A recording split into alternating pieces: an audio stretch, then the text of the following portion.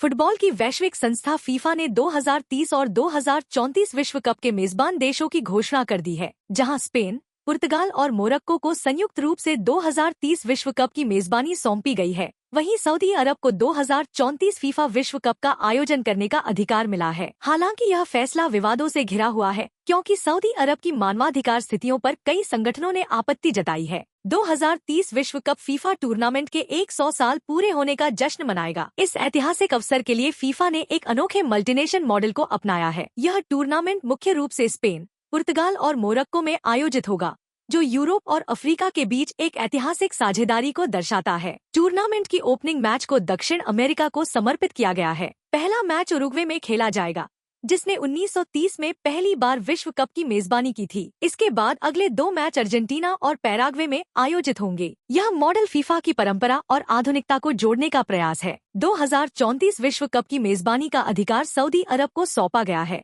इस फैसले ने वैश्विक स्तर पर कई सवाल खड़े कर दिए हैं। सऊदी अरब 2034 विश्व कप के लिए इकलौता बोलीदाता था। फीफा ने एशियाई और ओशिनिया फुटबॉल संघों तक बोली प्रक्रिया को सीमित कर दिया था और बोली की समय सीमा बहुत कम रखी, जिससे अन्य देशों को मौका ही नहीं मिला। 2030 विश्व कप की मेजबानी के हिस्से के रूप में दक्षिण अमेरिका को शुरुआती मैच आयोजित करने का अधिकार दिए जाने के बाद सऊदी अरब का रास्ता साफ हो गया। इसी दिन सऊदी अरब ने 2034 की मेजबानी में अपनी रुचि व्यक्त की। सऊदी अरब की मेजबानी पर कई मानवाधिकार संगठनों और फुटबॉल संघों ने नाराजगी जताई। कई यूरोपीय संघों ने सऊदी अरब के खिलाफ विरोध दर्ज किया, क्योंकि वहां का गर्मी का तापमान बहुत अधिक रहता है। सर्दियों में विश्व कप कराने के प्रयासों को यूरोपीय घरेलू लीगों ने कड़ी आपत्ति जताई है। यह स्पष्ट है कि फीफा का यह फैसला विवादों का अंत नहीं है। आने वाले वर्षों में कानूनी चुनौतियां और वैश्विक मंचों पर बहस जारी रहने की उम्मीद है। फीफा का यह फैसला वैश्विक फुटबॉल को नए क्षेत्रों में ले जाने और भूराजनीतिक संतुलन साधने की रणनीति को दर्शाता है। स्पेन,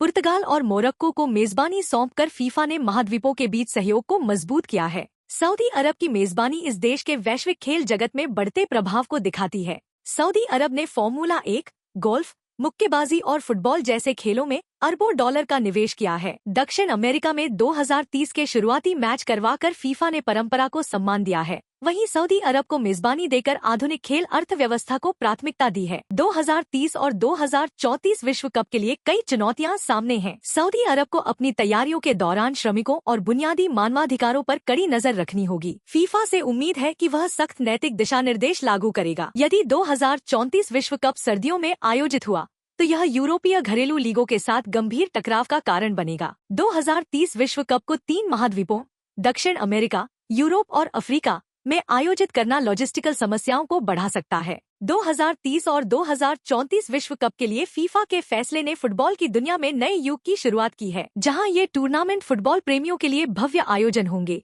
वहीं नैतिकता, राजनीति और पारदर्शिता पर बहसें इन आयोजनों की पृष्ठभूमि में बनी रहेंगी। 2034 विश्व कप के लिए सऊदी अरब की मेजबानी पर विवाद अभी खत्म नहीं हुआ है। आने वाले वर्षों में कानूनी लड़ाई और आलोचना जारी रह सकती है। बावजूद इसके, इन दोनों टूर्नामेंटों के जरिए फीफा वैश्विक फुटबॉल को नई ऊंचाइयों तक ले जाने की कोशिश करेगा।